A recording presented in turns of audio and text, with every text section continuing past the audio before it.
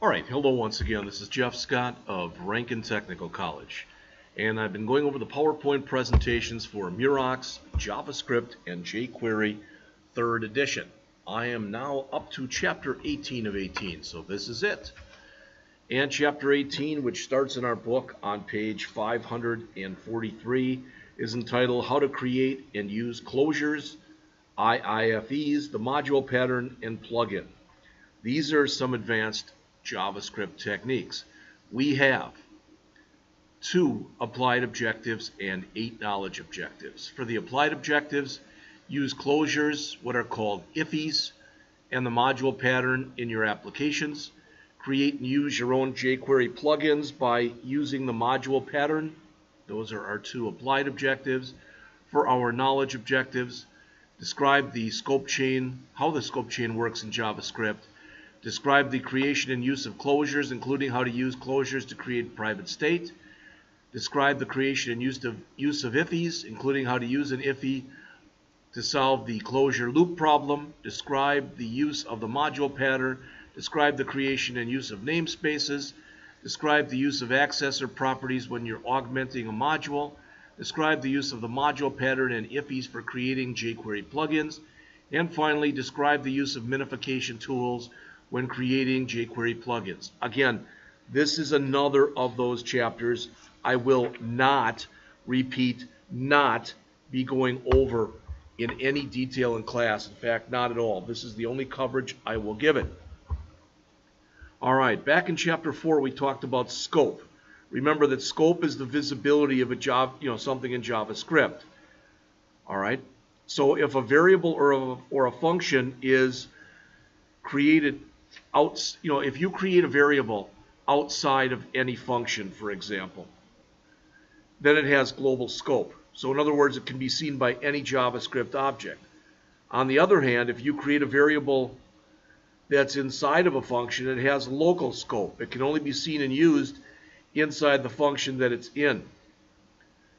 Now, that's the beginning of understanding closures, but there's 2 other things that you have to understand before closures will make sense to you. First, an object has access to its own scope as well as the scope of the object that contains it. This is called the scope chain. So if I create an object inside of another object, the inner object has access both to its own variables and to its outer variables. Second, if an object in the scope chain has something referring to it, it will stay in scope even if the object that contains it gets out of scope. So the most common way to create a reference is for an outer function to return an inner function that refers to something in the outer function scope. That's what a closure is. All right, so in the example that you see right here, there is a function named createClickCounter. Right there. It contains a variable named count that is set equal to 0. It also contains an inner function named clickCounter right here that increments the outer count variable by 1. The inner function then logs the ID of the element that was clicked and the current value of the count variable. Finally, the outer createClickContent function returns the inner clickContent function. The thing to realize about this code is that the count variable is in the outer function, not in the inner function. That means that when the definition of the inner function is returned by the outer function, the count variable stays alive, so to speak, because the inner function now has a reference to it. Another thing is event handlers are assigned to click events for 2 buttons. That's down here.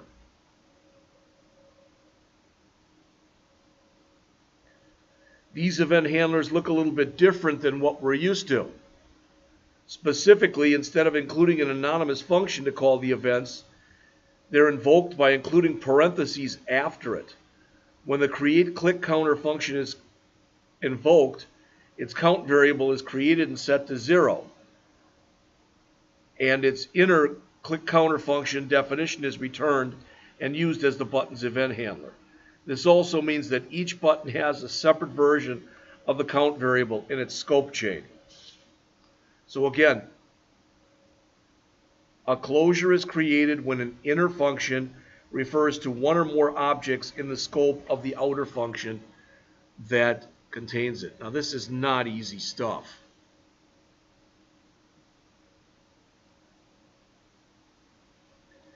Back in Chapter 7, we saw a slideshow presentation or application with all of the code in the onload event handler. In the real world, though, probably what you do is you would move code like that to a library file. But in that case, if you use standard functions or objects in the file, they will be global and could be called and even overwritten or deleted by other code. One way to get around this is to create what's called private state to protect these objects. All right. So to illustrate that, you can note on the screen here, there's a function called getSlideshow that contains several variables and functions that return an object with 3 methods. For now, the code and the methods, they are not shown. What's important is where the variables, the functions, and the methods are placed in the code. First, the function declares several variables. These variables hold the slideshow methods. After that, the code creates 2 functions. These functions perform actions across the slideshow, and it's stuff the slideshow needs. As these functions and variables are encoded or coded inside of the outer function, they have local scope, meaning that they're available to other objects within the outer function, but cannot be called outside of that function. So in essence, they are private. Finally, the code returns an object that contains 3 methods. These methods are inner functions that refer to the variables and functions of the outer functions. So by default, all variables and functions in global scope are publicly available. All the properties and methods of a JavaScript object that's in global scope are publicly available. This means that objects can be overwritten or deleted. To get around this again and protect these objects, you can use closures to create private state. Again, you create a closure by returning an inner function that returns to objects in the outer function that contains it.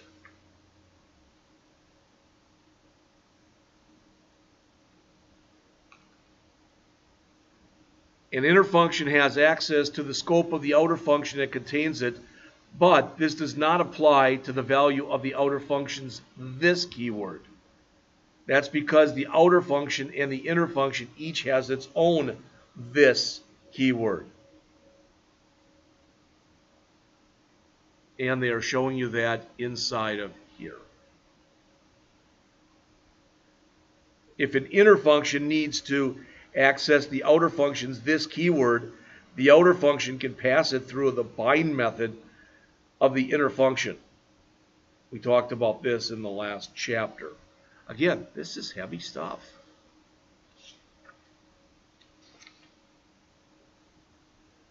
So next, that slideshow presentation back from Chapter 7 has been rewritten so that it uses closures. This will protect the variables and functions of the application. One difference in here is now it has a pause button that allows the user to stop the slideshow on the image currently in the browser. Then the button's text will change in here from pause to resume. Another difference is that the slideshow library has been rewritten to use closures, which protects its internal variables and functions from being overridden by the outside code.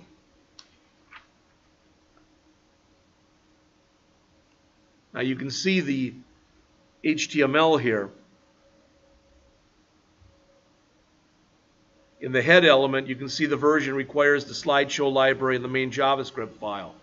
In the main element that starts here, really I guess is all enclosed in here, this version provides an image element whose ID is image and a span whose ID is caption. These elements will display the image and the text for the current slide. Unlike the application back in Chapter 7, this one doesn't code the images in anchor elements within an ordered list. Rather, it uses JavaScript to load information about the images to the slideshow.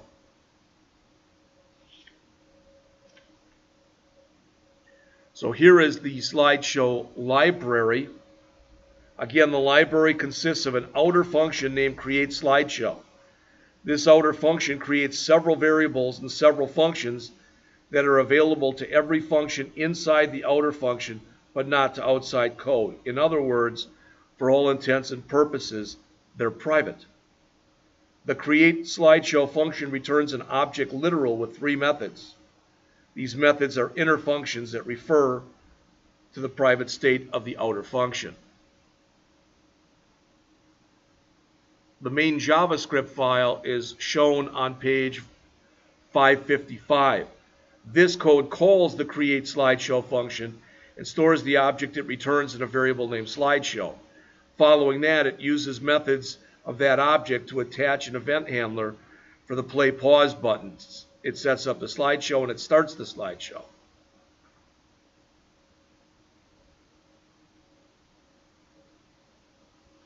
All right, let me check my timing here.